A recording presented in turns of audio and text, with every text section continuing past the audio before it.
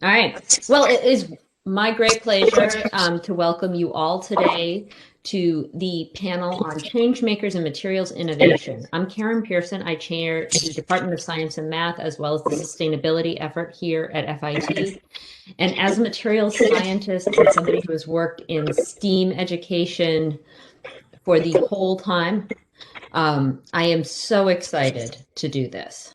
I think before we get started, I would really like to pass it and have all of you kind of give a brief introduction and talk about where and how you ended up working in this space. Suzanne, why don't we start with you? Sure. Thanks, Karen, and thank you for the invitation to join such illustrious company. I'm excited for the conversation today. Well, my background is I'm a fashion designer by training. I don't have any science background, but I came to science about almost 20 years ago through just what was then a serendipitous encounter with a biologist. And at the time, I was writing a book about the future of fashion. And I felt very strongly that it was going to be scientists working in labs that might be able to kind of give me a sense of what fashion might look like in 10 years or 50 years time, more than fashion designers. And so this biologist, David, that I met said to me, there was this amazing provocation, which was, well, if we're thinking about materials rather than thinking about materials that come from animals or plants that grow in fields, we could think about living organisms like microbes. And that led me to this idea that we might be able to grow a dress in a vat of liquid. And so we actually started a collaboration back then in the UK. And that was my first sort of encounter of design and science coming together. And that project was called Biocouture. And it really sort of led me on the sort of second half of my career, which moved away from being part of the problem as a designer in the fashion industry towards being hopefully on the side of the solution, which is like, how do we actually partner up with material scientists, with synthetic biologists to rethink our materials? And so post Biocouture, I came to New York. I joined a startup looking to produce materials that were not from animals, but materials like leather. And how could we grow them in a lab environment? And that also was at the time when I founded Biofabricate. So Biofabricate really was formed out of a need to make more interactions like I had in a random way, actually more intentional. So Biofabricate started as an annual summit to bring together designers and brands with scientists and investors, so that we could start to really grow material innovation, but with a very, very much a focus on biomaterial and using the new tools of biotechnology. So that's kind of almost up to date with me. And probably the most recent news is our sort of partnership with Cyrill and Parley for the Oceans, which has been something that has been growing ever closer together. So as Cyrill's come at the sort of, moving away from plastics, and we've been kind of really exploring biomaterials, the two really kind of come together. Excellent, thank you. I know it's been, we had former students who were part of a team called AlgaeKnit who collaborated with you and actually spoke at the very first Biofabricate conference and event. And they're, part of what I love to celebrate, of that true intersection of where scientists can become designers and designers can become scientists, and business leaders can help us work in that space intersectionally. And so I think that's a really exciting story. And I love to hear more about the future intersections and collaborations across these spaces, and really the use of biomimicry and inspiration from nature, not just use of microbes in there to look at problem solving. So thank you. Borre, would you like to go next?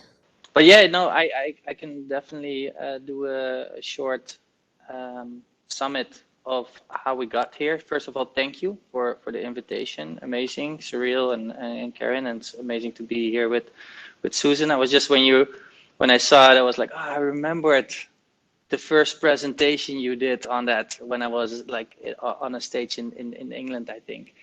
So that was very nice to have a sort of flashback. But the road towards where we came, I think, is a nice link. Personally, I am a designer by trade, material and product.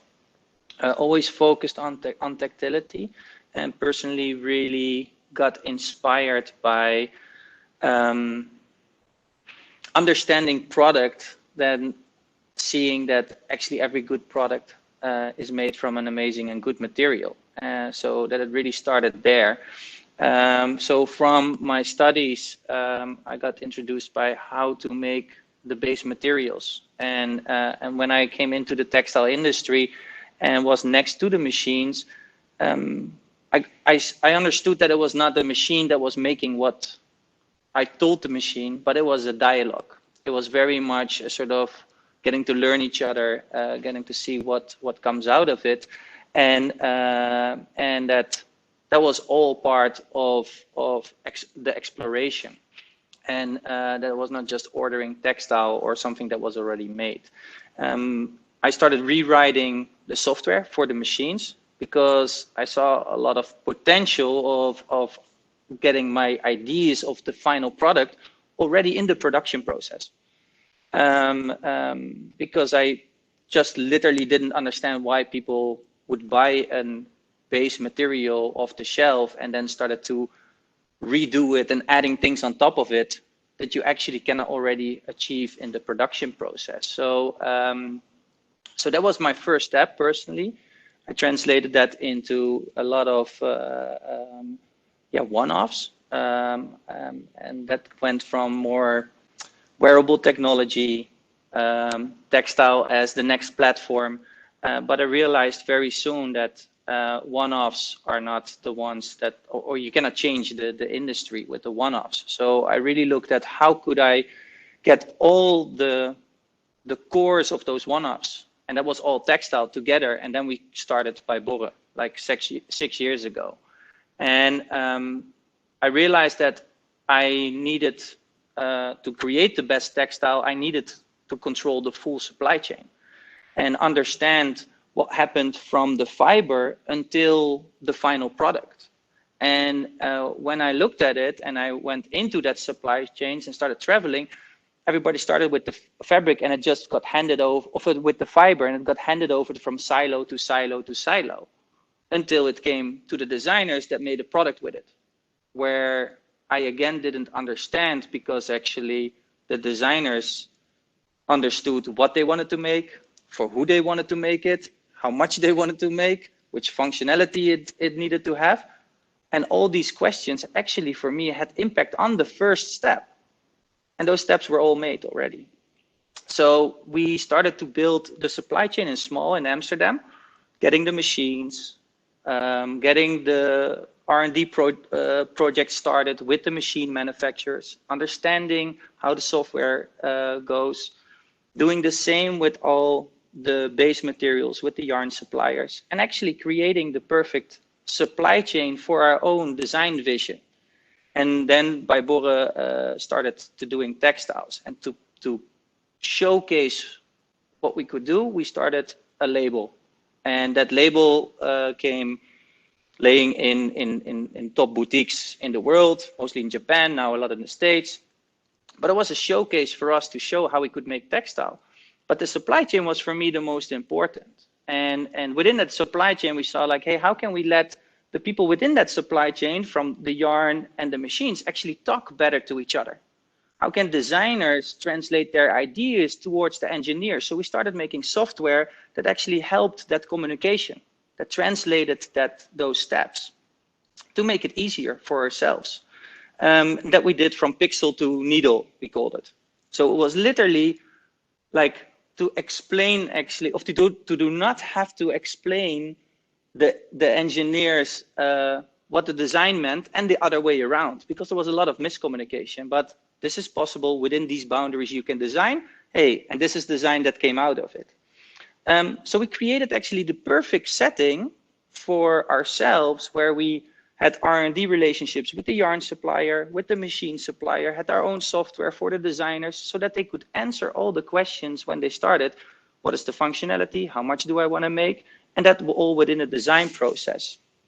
So at that point, we said like, hey, actually we have a perfect ecosystem to be able to answer those questions, to be very responsible about these questions, to really trigger like, okay, but if we're using the fibers, why are we using, where does it come from? How can we be transparent? How can we be responsible? And then we actually also said, look, well, but it's not the goal to build the next super brand or to scale that up. It was more a solution for us. And then it was very logic for us, well, this is something we need to share. If you have a good solution to link all these steps together, then it will also be a good solution for other creators. And that was actually the moment that we said, like, how can we transfer that in overarching software where all our the whole network and sort of the whole ecosystem comes together and gets a stage, because now the supply chain is closed doors, and after behind closed doors you never know what happens. So then we created Byborre Create, the software that we actually launched in beta this last year, like a bit quicker because nobody could travel. And we said like, well, we do everything in-house, and actually you can use the software, you don't have to travel. You can just develop with all the responsible and sourced building blocks already. And then we started opening that up for all the brands. So we work for interior, automotive, sportswear, haute couture. But most of all, it is not only about the creators becoming more conscious creators, making sure that they ask the right questions, but it's also making the whole supply chain transparent, showing all the ingredient brands and partners, so the machine manufacturers, the yarn suppliers, the finishings, all on the same stage as the factories that produce the textiles, but also as the brands that are showing it, to make an honest assessment. Because there were amazingly big brands that did the most sustainable solutions, or they were really sustainable, but they kept them for themselves. And that was very strange, I thought. It's like, oh, you're making a sustainable solution and then you IP it to not share it to the world. Well, then it's a contradiction for me. So for us, it was like, well, let's share those solutions, let other brands also use it, and give the supply chain a stage. And that was also how actually Cyrill and I also got in contact. Like, hey, well, you have an amazing yarn, you have an amazing concept, where now the Parley yarn was the first, and a lot of other ones coming. How could we show them on our platform so that also other brands could use it? But not only, oh, I have a nice yarn, but how can that translate into your personal textile and fit to purpose at the right scale in the right settings? And I think when we had that whole system, one of the biggest problems that I encountered always was just minimums. And the minimums was always due to that the factory said like, well, we can only do the R&D for you if you do a minimum of 5,000 meters, where that is for no small brand available. Then you can only talk to the big brands, and that's also where all the overproduction happens. So when we changed that whole supply chain and finished all those steps, now we deliver the perfect setting. So the settings of the machines, the design, the yarn orders, and the fit to purpose design for the end product to the factory that just makes the skill that they need to make, and they don't have to do R&D. So suddenly the minimums went to 250 meters, so that it became very shareable and very accessible for all creators in their categories that are leading, to really show like, hey, we can make the next step. And I think that is also where we now have the ability to introduce smaller yarns and materials that are actually not at the scale yet to do thousands and thousands of meters for the smaller brands. So I think that's a sort of a summary of where we are at now and how we went from really sort of textile innovation to how can impact lead innovation, and how can we make that as open source as possible and as transparent as possible. I love that. That's many things I'll wish to follow up on, especially relating to how you actually restructured kind of the coding of much of this process, which I think is a really exciting component in that conversation. But before I ask any possible follow-up questions, Cyrill, could you talk a little bit about your background and also about the work that Parley for the Oceans is doing and has really been a champion for? Thank you, Karen. Yeah, I left school when I was 18, when I was legally allowed to leave school, and became an entrepreneur with a rent Xerox machine of the copy shop around the corner. And then it led to a creative career where I then relatively quickly found my way into first starting my own little brand, which was about snowboards, and then being picked up by the creative industry and becoming really fast and young creative director on brands like Adidas or Levi's for design firms in Europe. And that was a very traditional, then it was a real traditional career, like working more as in like first freelance team, then specialized design firm on invention or redesign of existing brands, product innovation, and launch of new brands, which was taking until I think 2008 when the finance crisis hit. And then I felt like, hey, this is the moment I should actually leave this work. You know, it's like I can't kind of grow up children for others and then they take them away the moment when they're like adults. And that's how I felt when I developed these brands, you know, or changed brands. You're never really in control as a creative. And so I kind of started a lot of things. I started partnering with universities and really looking into the future, looking into how can we drive the future? What is tomorrow and how can we get there as fast as possible? And in 2012, I met a guy, Captain Paul Watson of Sea Shepherd, through mutual friends. And he was arrested actually in Germany and in prison in Germany. And I was visiting in Europe and for actually the Art Basel in Switzerland. And yeah, a friend told me to meet him and probably help him. So I ended up in this little law firm in Frankfurt, June 16 in 2012. And there was this pirate version of a Santa Claus sitting in front of me, a legend really. I knew him from television. And I was asking him like, hey, Paul, what is the deal with the oceans? What's happening out there? And he told me that the oceans would die pretty much 36 years out latest. That's what the studies would, the research, the science would indicate. And our generation would leave behind a Dead Sea. And that was a shock for me. I thought he must be a drama queen. He's making this up to kind of like raise awareness for the topic. So I went to the bathroom and Googled it.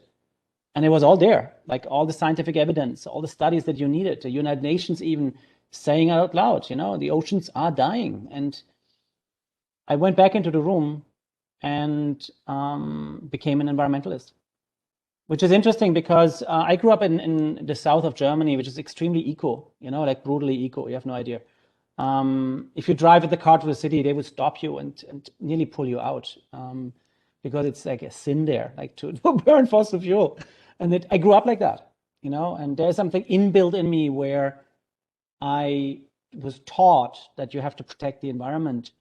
But then the rebellism came. Like I was like feeling, hey, what are they talking about? We're going to destroy this planet anyways, you know. So my whole youth and my first part of my career was like dominated by that thought that there's no way around people being too stupid, you know, like destroying and eating up this planet. I was very cynical, and I saw no logical answer to that. I was just so clear. People are selfish. They only think about their own careers, their money, their well-being. So of course they're eating everything up. And but I also felt that I'm not doing what I should do. I think that was something that stayed with me my whole career. It's like somebody gave you these gifts. You know, you are able to understand complexity, simplify complex problems. You're able to communicate. You're able to innovate. You're able to excite other people to follow an idea that actually is a scary one for them because it takes them out of their comfort zone. And that's what I've done in my whole career, you know, like it was always about like finding this ultimate border of excellence by questioning the status quo. And therefore, what Borre was just saying sounds very familiar. If you don't know your materials, if you don't know your production methods, if you don't dive deep in how things are being made and what people think the frontiers are, the roadblocks are, how can you be a good designer?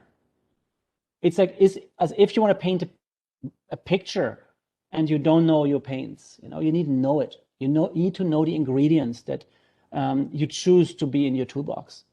Yeah, and in 2012, in this little law firm in Frankfurt, I realized that Captain Paul Watson, standing for being the symbol for an environmental movement that was started by Robert Hunter back then and Greenpeace, like shocking people into accepting a reality, mind bombs, what they call it, you know.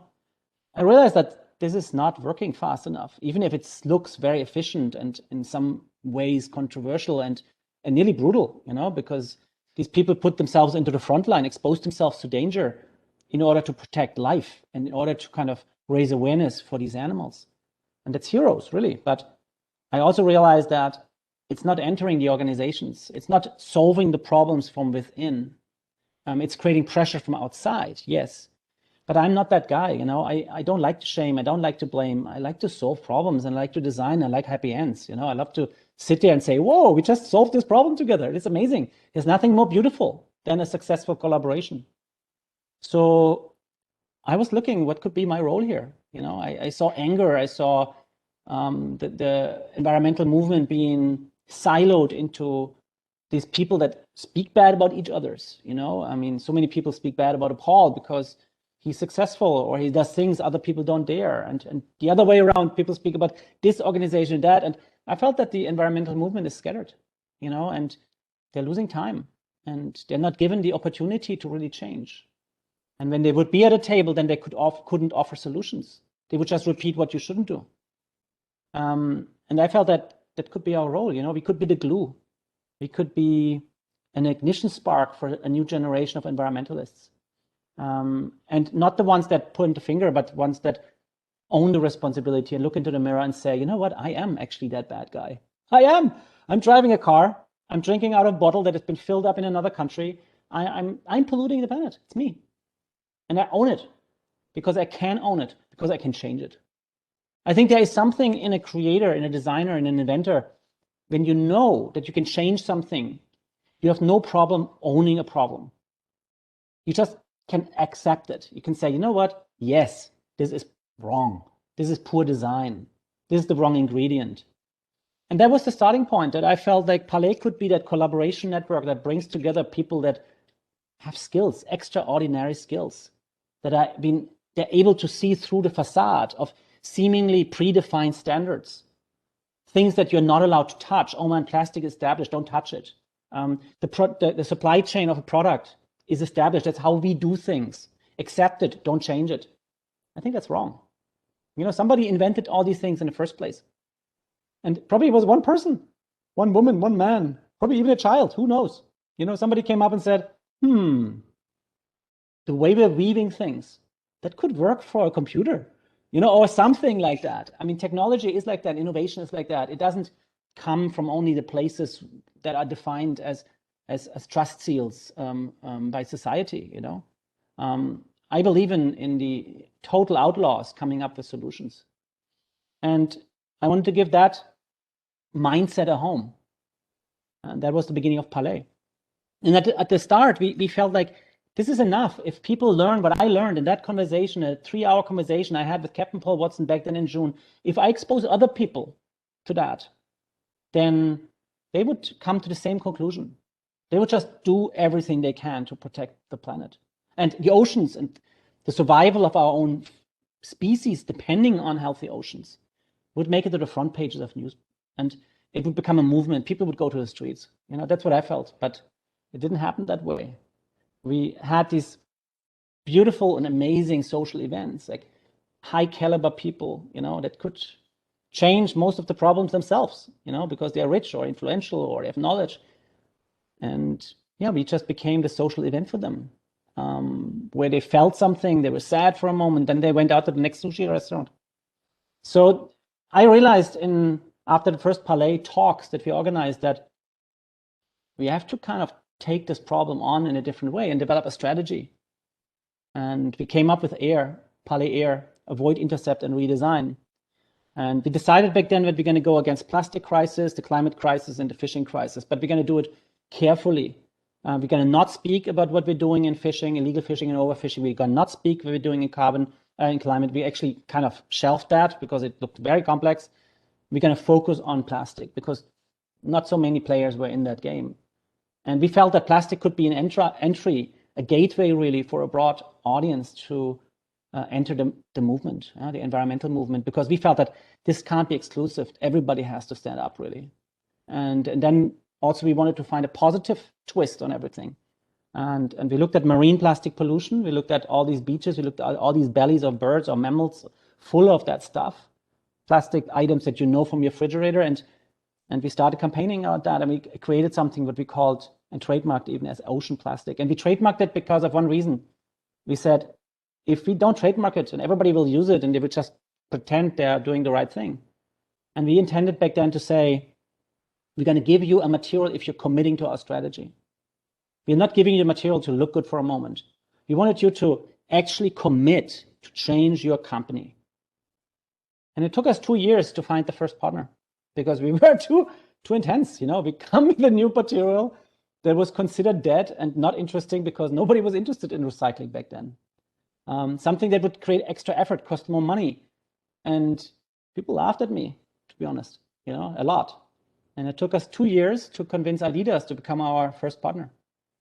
Nobody was laughing then anymore. So we launched the idea of ocean plastic in shoes. And Adidas became this ram to open up the vault, open up the iron door to a collective awareness, more or less, and then what happened. I mean, it became a trend and people started following, and now you find ocean plastic everywhere. We never sued anybody, even if we have a trademark, because technically we're happy. We're happy it became a trend. We're happy if people copy us. I'm happy if they even take our quotes and use them as their own. I don't care. We want to change things as fast as we can because the time is really running up, and it's not 2048 and the oceans will die. The oceans are dying now already in rapid speed. We're in the 6th mass extinction event. That means every day species are leaving this planet forever. And so we are like all about racing against the time, and we are about what we call a material revolution, where we question the status quo. And what we started with plastic is going in other territories, like how can we deal with the climate crisis? How can we deal with the fishing crisis? How can we survive? Through innovation, through creativity, through collaboration. That's my story. And today, that's also why I suggested them are 2 very important collaborators of ours, And Borre, you're really in the intersection between the past and the future because you're representing supply chains. And people might think you're a small company, but the truth is, that's not true. You have a keychain full of keys that open doors to other big supply chain partners. Because what you're doing is the engine room of the industry. You're defining, you're coding, you're programming, you're developing codes that can run on these machines. That means it makes you extremely powerful, makes you big, because you can do all the R&D work that these companies won't do because the machine downtime would be too expensive. So we consider this partnership with you more than a capsule collection. We consider it as an ongoing R&D process that has the application and the realities of application as a mirror hanging there all the time, knowing exactly what we're doing. Not only having wild ideas of a future, but actually knowing what we can do with these wild ideas and how they fit into an implementation. While Suzanne is more representing the real wild future aspect of things, a future that is in collaboration with nature, and representing this community of biofabrication or biomaterials. Means growing things, looking at nature and identifying these little factories, these little creators that actually make all these things that we're consuming so honestly, so unconsciously. If we are chopping down a beautiful tree, if we are killing an animal for its fur or its meat, We actually technically wouldn't have to do that if we would really understand science behind it. If we would understand who's growing the meat, who's growing the hair, who's growing the teeth, the bones, who's growing islands, what are these corals really doing? What is yeast doing? What is mycelium doing? What's algae doing? What are all these like factories of the past that had millions and millions of years of research and development? That these old technologies are actually the future because we still didn't unlock them. And that speaks totally against the ignorance that we had and the arrogance where we said, oh, we humans improve nature because we make things look like a television or some plastic molded object. We haven't seen that in nature, so we think we are better. The truth is that nobody has been able to copy the packaging of nature, for example. Who has really copied a coconut or the skin of an apple or the skin of a banana in the same perfection as nature designed it, I think the true high tech is there, and that's why Suzanne represents for me a very important link into the future of materials. Because these toxic materials that we were using in the past, they're dated. We can't afford them anymore. We have to let them go. And that's what we call the material revolution. Thank you. I think hearing from all of you was so exciting in just your brief introductions to talk about how you got to where you are. To me, you actually all are representing different spaces in disruptive design processes and pathways. And by doing that, you're also offering new pathways to the future. So as we kind of change to a little bit more discussion based in it, you all really highlighted different challenges, different approaches that are solutions, and you also all spoke to the importance of collaboration and partnership.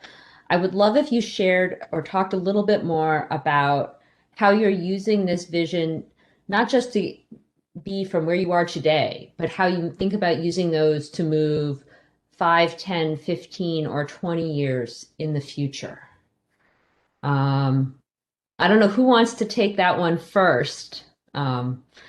I personally think it is about using materials, as Cyrill kind of mentioned, in understanding factories that inspire us from nature, that also provide pathways that don't end up creating garbage patches or are in fact biodegradable or have a much more complete life cycle. So I would love to pass it to Suzanne first, but somebody else can jump in if they would like.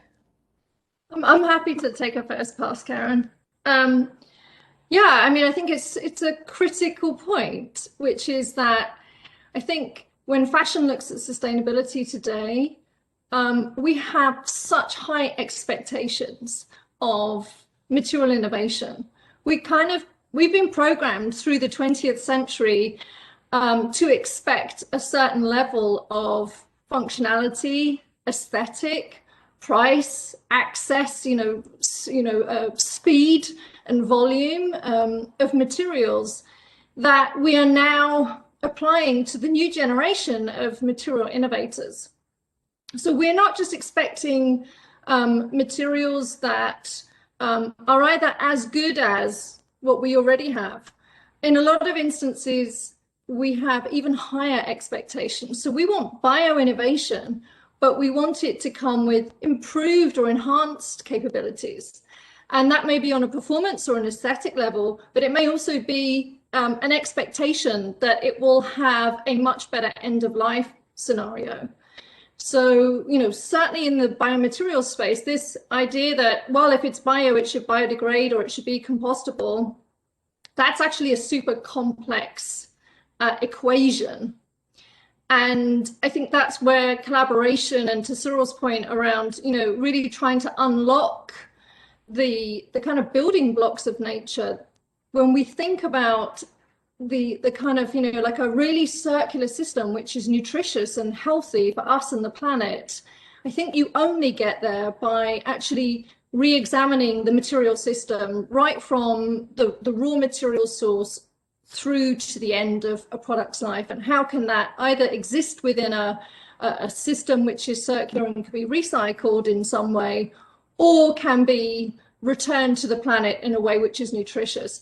And that's where it's now opening up additional fields of, for example, synthetic biology, where actually we can design and engineer the organisms of life itself to produce what we need in a way which is symbiotic with the planet.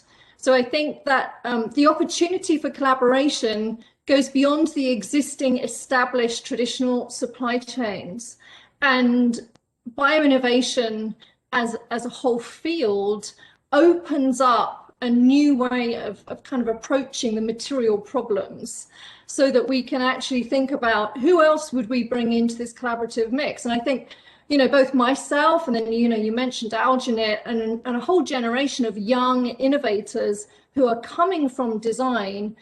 This has never really happened before, where designers are actually there at the inception of material innovation, wanting to be, part of the, the thinking around what it is that we're trying to manufacture, and laying out some of the challenges from the beginning.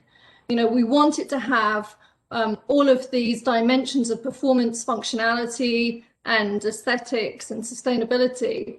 But how can we actually collaborate to ensure that the materials that we are now developing are going to meet our needs around sustainability, and actually having a result which is a healthy planet at the end of it. So I think that we're seeing a broader community of collaborators than we've ever had before. It's no longer the remit just of scientists somewhere remotely over there doing their thing. I think the successful material collaborations that we're starting to see come to market are a hybrid of innovation, where we're seeing design and science working in partnership.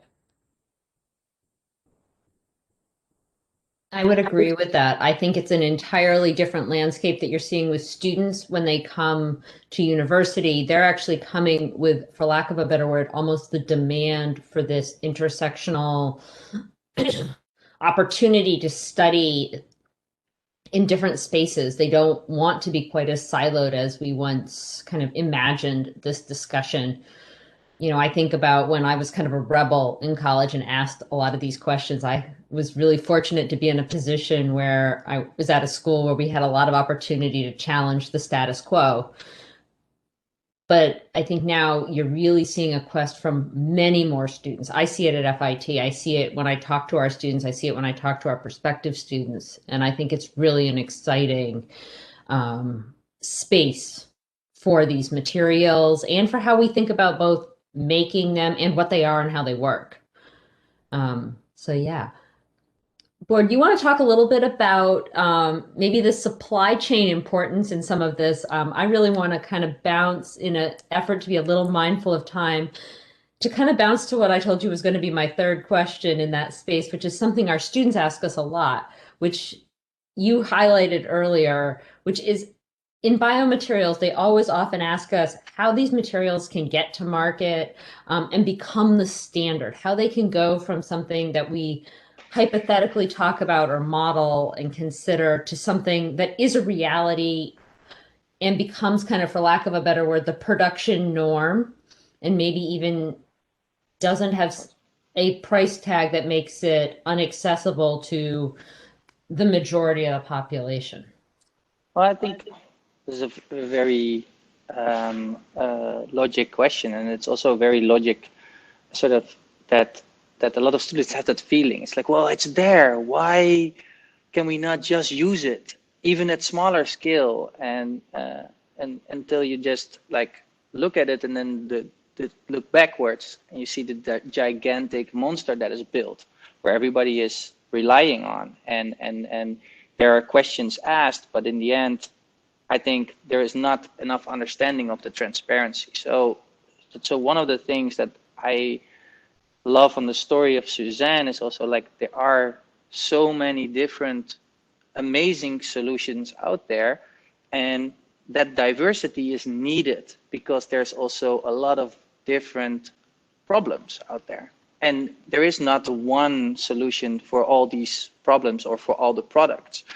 Like, of course, it's one like that we have all start to have an understanding what the impact is of what we use. That is one. But what I always saw was, I think what Cyrill mentioned too, is I don't want to point fingers. I want to come with a solution. Like, we can all point fingers all day and say like, well, you have to do it like that, or maybe you should use this.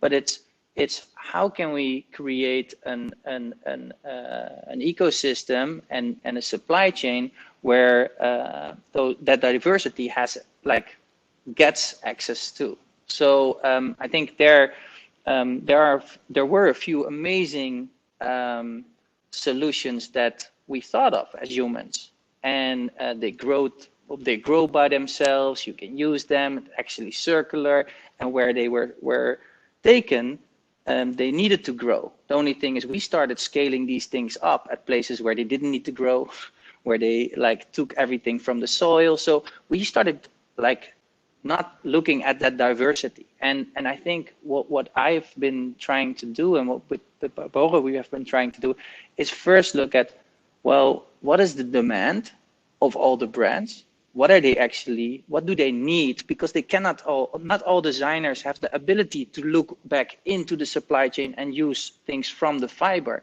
because they don't have the time, the system is not there anymore. Like, there's all solutions that are, or all problems that are right in front of their eyes before they can look at the solution. So when we started peeling that onion and we got their own solution, we started saying like, hey, but how can we just, for every problem, give a first set of solutions that within their timeline, they actually can ask these questions and they're helped, and there are preset solutions for it. So actually, okay, who are you designing for? Why are you making? What is the functionality you need? What is the real amount you need? And then we will take care of the production and look back. That is not our supply chain. It's we are giving you direction to all the factories and the specialists out there. These are their names. These are their locations. And where you need to produce, you can do it on proximity so that we don't have to fly it. And I think changing that system, literally switching it around, like to ask that question, will open up also room for small innovations that are locally there.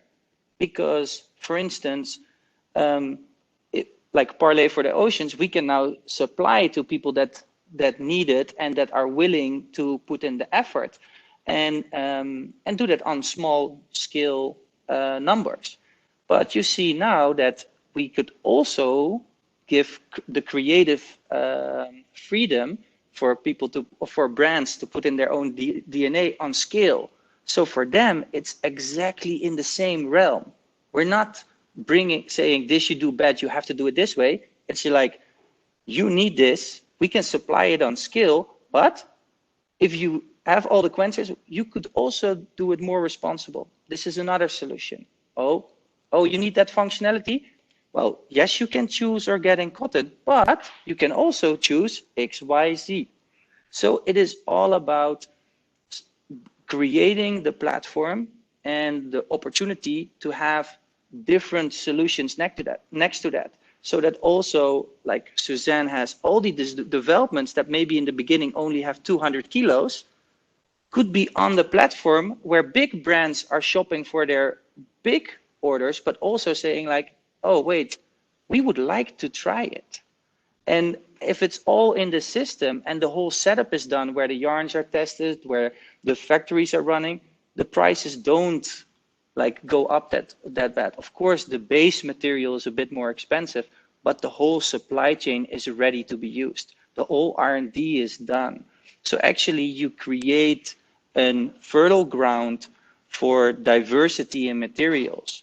And the moment that you do that and you give material passports to the final products, actually end consumers can see, well, this comes locally, so I want it because that product that I see at one of the big firms doesn't say where it comes from, doesn't say who is making it. Actually, they're lying about who's making it. So I think it's a two-way thing. On the one hand, it's the educate and show the whole supply chain so that you cannot have spotlight marketing. Like, oh, we do this very well. The rest we don't talk about because it has closed doors. And that all those questions are asked. And on the other side, you give the creators the chance to make responsible decisions along the way within the time frames they are bound to. Because in the end, there are thousands of brands and they all have their egos and they all want to produce. But if you ask them the right questions and you're putting up the mirrors and you let to have an okay decision next to it in the same time frame, suddenly they will feel the pressure. And they will also say like, well, but that was very good for marketing. Well, this is an honest story. And I think there is a sort of that balance. And that was also why I'm not scared of working with the biggest brands in the world that want thousands of kilometers, because that's exactly where the biggest problem is. We cannot have a solution and one student with the best idea in theory. We have to have that solution on the same platform as the giant people that are fucking it up, because then they have the same voice. They have the same voice. And at that point, when you're like have the same voice and you give the stage to a solution, then those giants have to invest because they cannot hide anymore. And I think there is a sort of where right. They lose their ability to have what they've been doing be for the only option from, for lack of a better word, a financial perspective. They lose that platform very quickly. But they cannot say anymore, you don't know it because you're not running the supply chain. No, the supply chain is open. Like, it's transparent. It doesn't matter if you're big or small. It's not about those connections, because actually the connections we should open up, because then locally you can find all the best connections. Now nobody want to share factories, where that actually, if it's open, quality goes up. That's a fact. Right. Transparency really feeds, I think, a much different pathway forward. So I think that's really responsibility. Exciting. It feeds responsibility. Absolutely. It feeds accountability. And innovation. Definitely innovation. And I actually want to pass it back quickly to you, and then we're going to invite a couple of our participants to ask a few other questions. But you talked earlier, Cyrill, about the importance of, okay, wow, science modeling has really shown us and highlighted things we cannot run away from. We cannot hide from any number of environmental effects. And you gave a little bit about your story there. But I wanted to know if you could talk a little bit more about offering solutions in that space. Really where you understand what choice you're making, but also understand how to start being part of the solution to these big problems.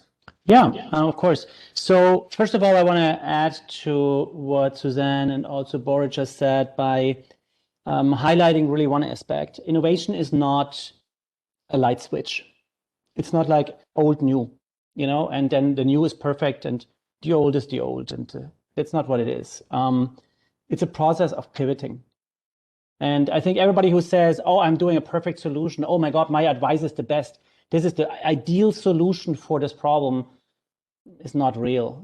This person is not real. Because in an innovation process, you're making mistakes, you're testing things out. It's an ongoing back and forth. And even the ambition to say, oh, we're not only doing a project that is perfect, and oh my God, we can't even fly there anymore. Now we have to take a sailboat. And actually you end up saying, but why would we even do that project? And you can take that purist approach, and then you're going to live in the forest, and you're going to definitely be able to survive there, and probably you'll learn a lot, but it's not a lifestyle that billions of other people will follow you with. So here's the truth. You can go totally extreme, and you should. We need to support totally extreme solutions. And we need to support the purest of all ambitions, knowing that these are often experiments. And knowing that the reality today is very far away from it. So we are operating between two poles. The purest of the purest, idealistic, utopian and everything. and the most toxic and sinful that we are using today.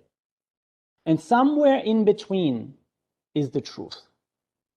And by seeking for the best we can do, by having big visions and big dreams, we're driving the status quo of today into tomorrow.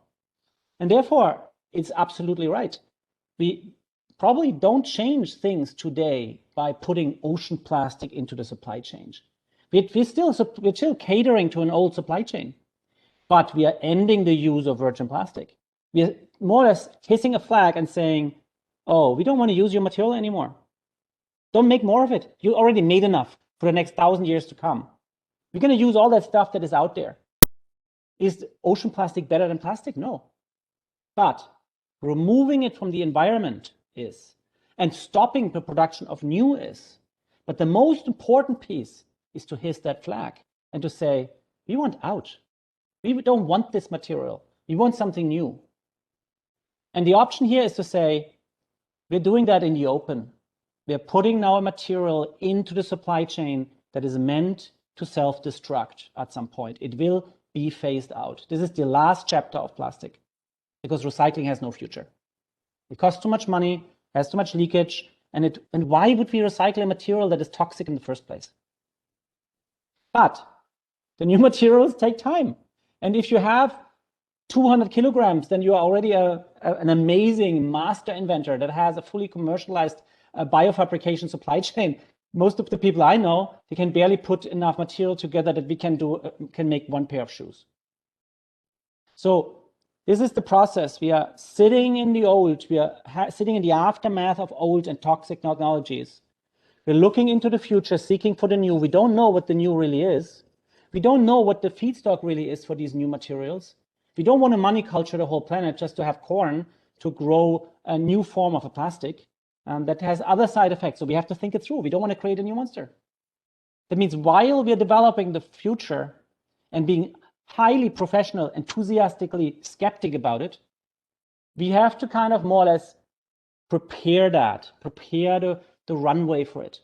And that means we have to hiss the flag against the past, win time, create demand, and not only with consumers, but also with investors, with lawmakers, with the supply chain partners.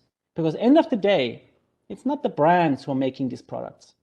It's not the companies most of the companies have definitely not a deep insight into the supply chain. It's a global supply chain industry that makes products for everybody, especially with companies at scale. So we have to prepare all these people and lead them towards the new and de-risk it. And de-risking means prototyping. De-risking means testing. De-risking means to work in environments like a Byborre and say, listen, we're doing all taking the hits here, we're developing something, and it can run on your machines later. So you don't have downtimes. You don't need your R&D department. You're saving money. And also showing, and that's the most important piece for me, the fascination, creating fascination for new materials. That people say, oh my God, I want this. Because we're pretending that the materials we made in the past are so perfect, and now we're trying to find alternatives that match these criteria. The truth is, who says that? Who says that a jacket that sits in my wardrobe is perfect? Why doesn't it feel the way my skin feels? Why doesn't it read out that I'm thirsty and I should probably take my meds because my headache is killing me? Why is that third skin not intelligent as my first one? And I think there is so much in nature that we can unlock. There is so much knowledge, so much science, and we will not find out by killing animals and just chopping everything down. We find out by collaborating, by finding these, by looking closer, examining and exploring and really understanding and leaving away this ignorance that we are so proud of, That's what I think. So it's a process, but it's not a process of extremes. It's a process of pivoting, and it's not a process where we condemn the past. No, we're celebrating the future. That's different. We're celebrating the future, and we're celebrating our human ability to adapt, to invent our way out of a mess, to survive.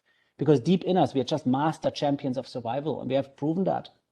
From scratching the core of a bone to becoming the #1 uber predator on planet Earth. And now it's time to take that axe away and just start doing it in a different way. And I think we are this generation that is opening the door, but the next generation will do it natively. And that's what I believe in. I think that's excellent. I think those are all really exciting ways to kind of consider our pathways forward. I want to introduce you here to Professor Ajoy Sakar, who is actually in the textile development and marketing department and a longtime researcher in much of this space as it relates to the textile industry. And he has a few questions, and then I'll invite you all to make any kind of final thoughts. And thank you for your participation in this. So, Ajoy. Thank you very much. That was very, very interesting. My question to all three of you is, as teachers, as Karen and I are teachers, and I would like your opinion of how we design the curriculum of the future.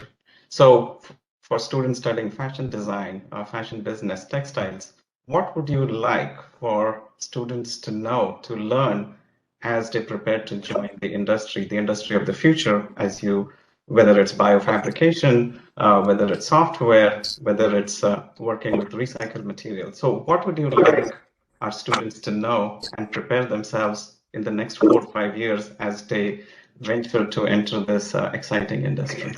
Thank you. I have a lot of thoughts on curriculum, Ajoy, but so it's a great question, and it's fantastic to hear that you are wanting to innovate the curriculum for fashion design, because I think it is, in many instances, a sort of dinosaur system.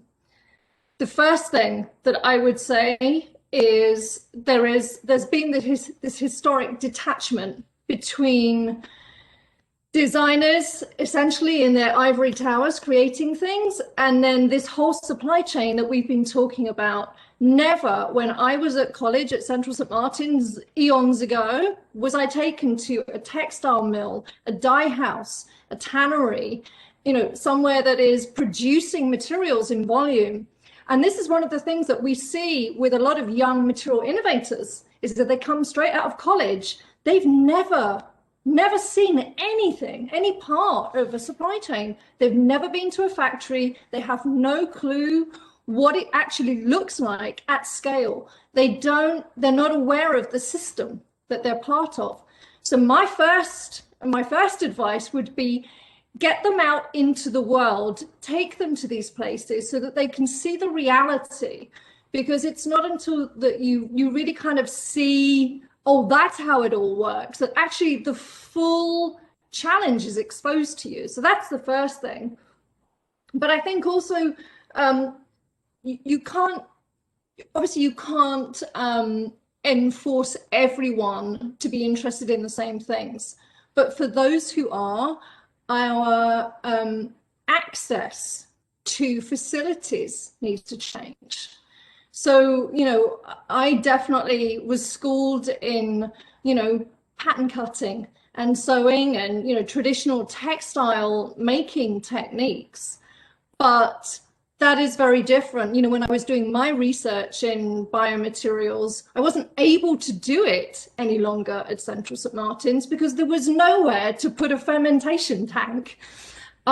So, for me, that at least meant I had to go out and seek collaborators in other universities that did have access to those kinds of facilities. And I know FIT is slightly different because you are a little bit more on the technical side compared to other design schools.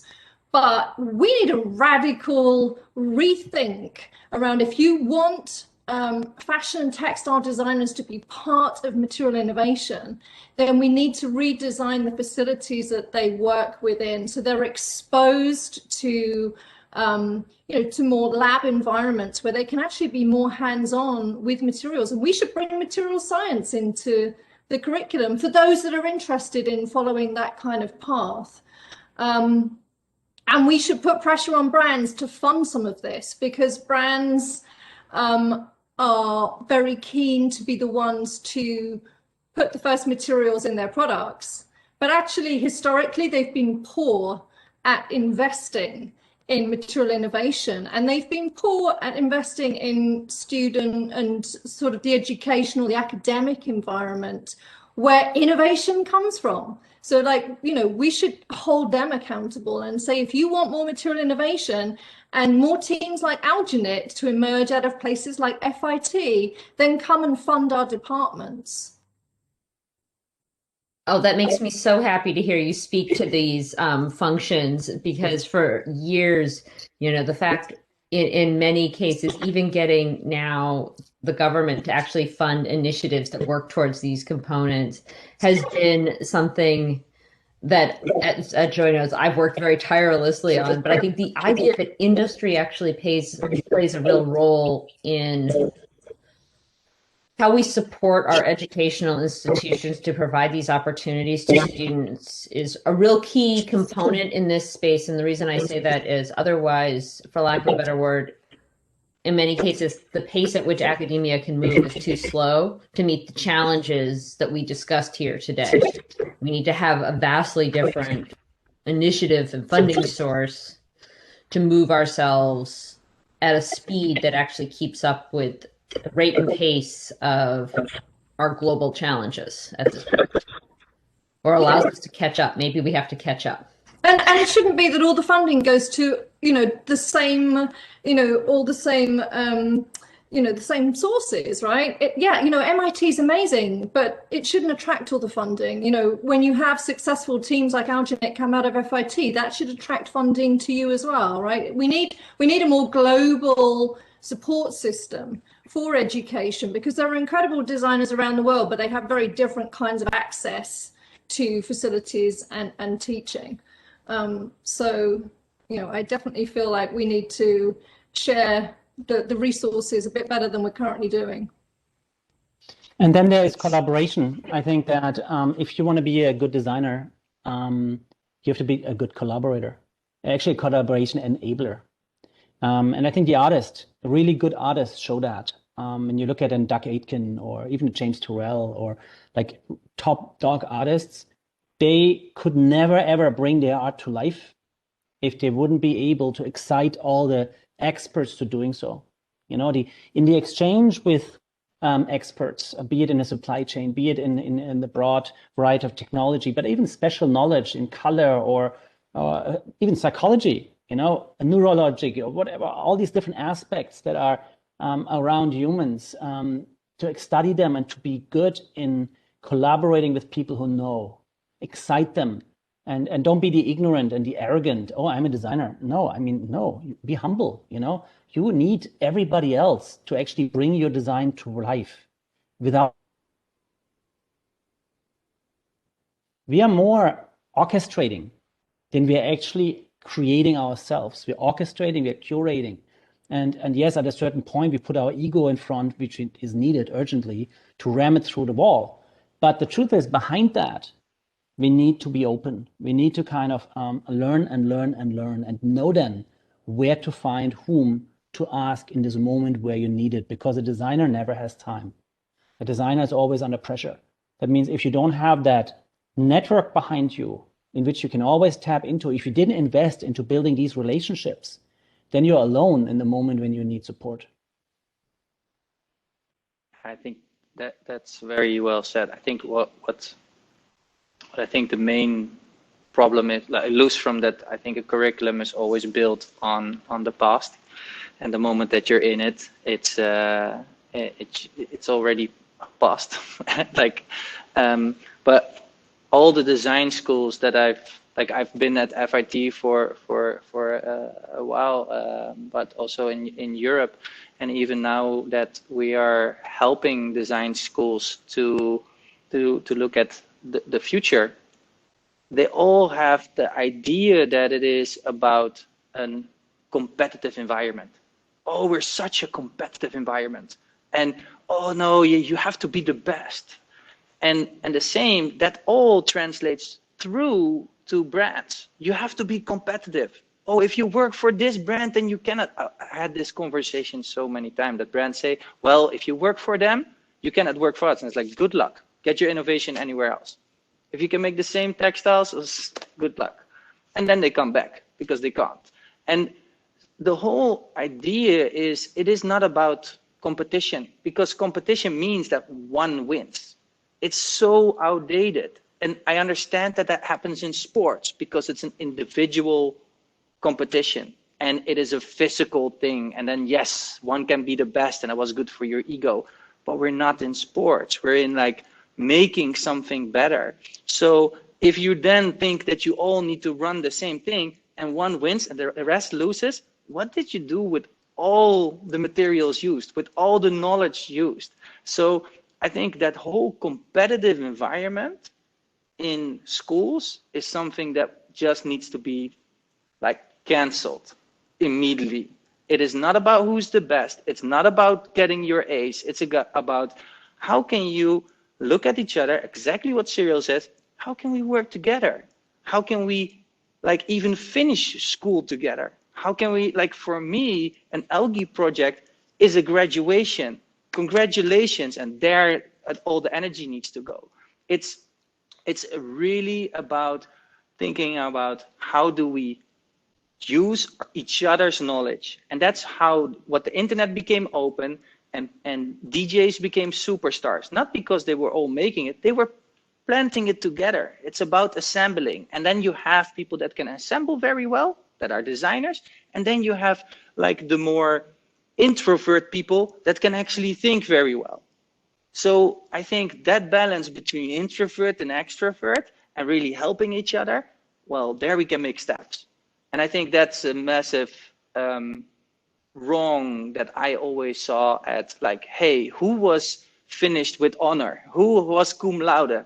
I don't care. Like, it's about who listens and is a team player and helps somebody if he falls down, because that's the next step, and not like runs off because somebody falls down. So I think it's very much in a school environment. How can we change that? And how can we literally say like, well, if you invent something very good, well, share it. Yeah, because these complex situations that we have to master on all levels, outside or inside the environmental movement, they will not be mastered by one superstar. They will be mastered by groups, and they will be mastered by sometimes hundreds and hundreds and hundreds of people collaborating, probably thousands. And that is exactly the point with time, with everything being so fast now, and also being, now I'm going back to the environmental movement, we have to change so fast. We can't put our bets on one person and hope that there is one genius being growing out of billions and billions of people. The genius is the collaboration, the genius is the group. And honestly, the sum of a good team does always more and always achieve more and is always more reliable and safe than one individual that tries to be the one and only excellence. And when you're looking at today's new generation of designers, they are mass collaborators. You know, they are like collaborating all the time.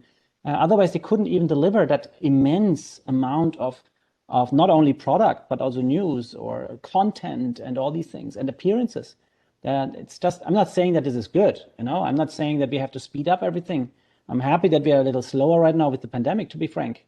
But in general, the complexity of the issues that we are facing today, they will not be mastered by the individuals. They will be mastered by groups. Thank you. It's excellent advice for our students. I think that's exactly that message, that idea of collaboration and the value that different perspectives, backgrounds, and specializations really have a lot of power to innovate and solve problems when they work together.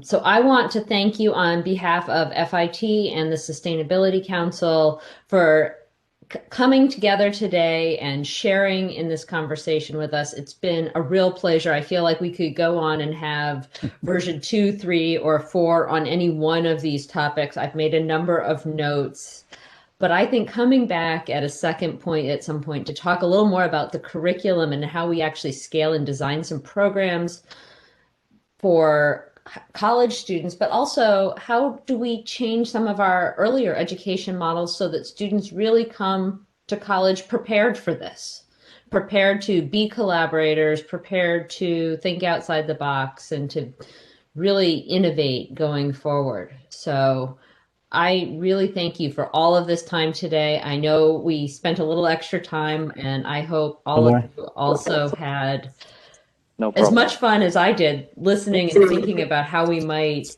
work to solve some of these problems. But as Cyrill nicely mentioned earlier, I really like this idea where we look to solve a problem and offer new solutions, do it with transparent pathways, but don't do it by shaming or forgetting the past, but by embracing that and using it as a vehicle to move forward. So thank you all. Thank you. Thank you. Thank you very much for having us. Bye-bye. Good luck with everything. Good luck. Thanks. I'll send you all emails in your teams. Thank you. Bye-bye. All right. Bye-bye.